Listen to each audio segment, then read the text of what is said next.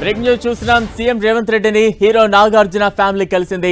Jubilee hills లోని రేవంత్ రెడ్డి ఇంట్లో నాగార్జున తన కుమారుడి పెళ్లికి రేవంత్ ను ఆహ్వానించారు.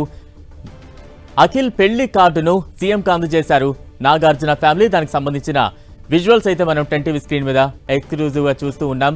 అఖిల్ పెళ్లి కార్డును సీఎం కు అందజేశారు నాగార్జున ఫ్యామిలీ.